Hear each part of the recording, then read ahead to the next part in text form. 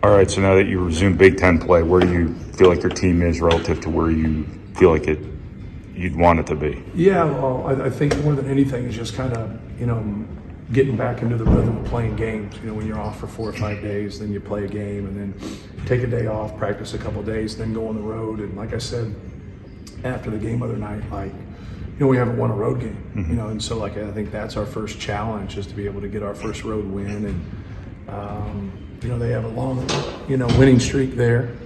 They didn't lose a conference game at home last year, so they're a tough team, well coached.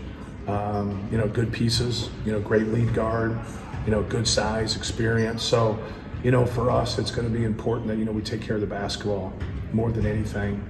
We have struggled shooting the basketball against them, and I think that's the challenge of always is the decision-making challenge. Make good decisions, take what the defense gives you. He goes, now that's really going to help your percentage. But you also got to give them credit, because it happened in both games, and they did a good job of getting us out of rhythm. They do have a lot of the same guys. Dante Scott's been there forever. Julian Reese. Correct. Jameer Young from last year, obviously. Right. But how are they different now than they were last year? Just from a personnel standpoint, they're blending in some guys that, this is their first year with them, not necessarily, they have some young guys that are freshmen, and they have, a couple other guys with more experience. But, for the most part, it's just kind of learning the system and being successful together. They've played a good schedule, so they've been challenged.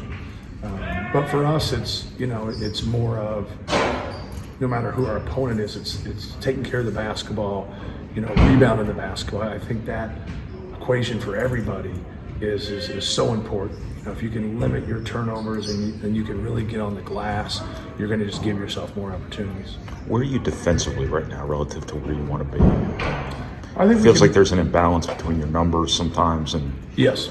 Well, I think it's where you want to be. I think what happens with everybody is you see really good numbers across the board, and then all of a sudden you'll see a team that struggled offensively and a team that's been great defensively just get annihilated and get scored on. You're like, how is that? It's it's systems. It's when you play people. There's more factors that go into it than just somebody's analytic efficiency, defensive numbers. There just is.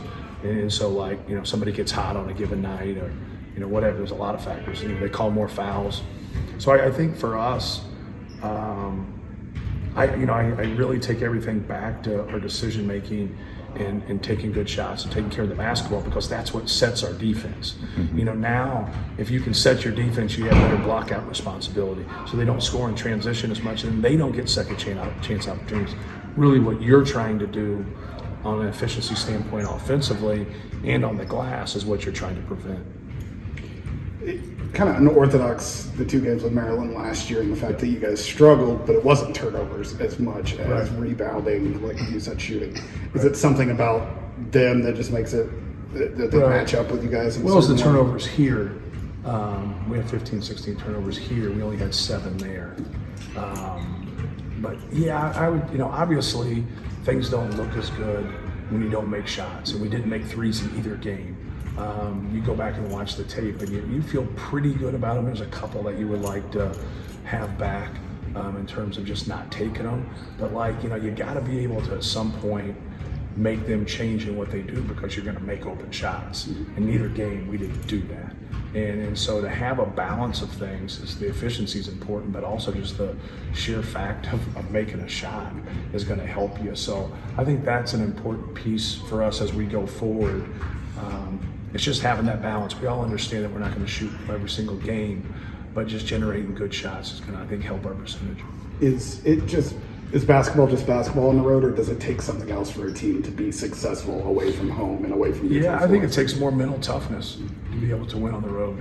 You go into tough environments like Maryland's, and you got to be able to fight through things, and you got to be able to concentrate, especially when they go on runs. And that ends up being the difference a lot of times in games is, your ability to have a run or your ability to stop a run. And I think for us last year, we couldn't stop the bleeding in the second half. We're in a good position. We have a technical foul, and it just changed the course of the game. And then all of a sudden, we just didn't score at all, and they did.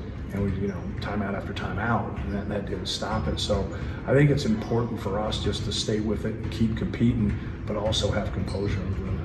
They say when you're number one, you get everybody's best shot and things like that. Is that real?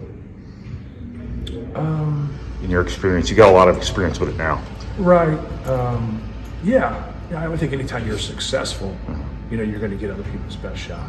I guess being number one in the country would put you in that category. But for the most part, like we have guys that are in their junior years that's never lost a non-conference game. So you haven't had that disappointment feeling, especially on the road and those things. But every game that they've lost on the road their whole career in conference has been a court storm, right? There hasn't been any losses on the road. And think about that. They're 2.5 years into their thing. It's a backhanded compliment.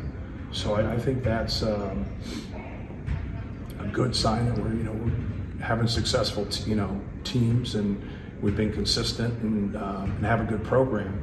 But it's still an effort game. It's still a schematic game. It still is understanding, how to get your team in a position to win, and then being able to go out there and fight and do it and make shots. So those things I think they're in play at times, but at times they're not in play. Like you still got to play the game. So if we were ranked 21st in the country, like Maryland wouldn't play hard, I got a feeling they'd play hard. You know what I mean? Yeah. But I also think that what a team goes through can affect you. Like, somebody, foul trouble, having an injury. I think things like that, not gelling at the right time, so when you play people, I think is an important one. The problem is you just don't know until you play the game. They're playing pretty well right now too. It seems Right. Right? And this feels like kind of diving right back into a head first type of situation, because it's not a team at the bottom of the league. It's a team that's going to contend for the conference title. Right, yeah, they had a couple of tough losses that were close earlier in the year. Just didn't offensively, play well versus Villanova. Didn't play well versus Indiana, but they had a great game, winning at UCLA. Jameer Young has a fabulous game. And so obviously he was sick and didn't play in the last game. But they had some other guys step up and do some really good things.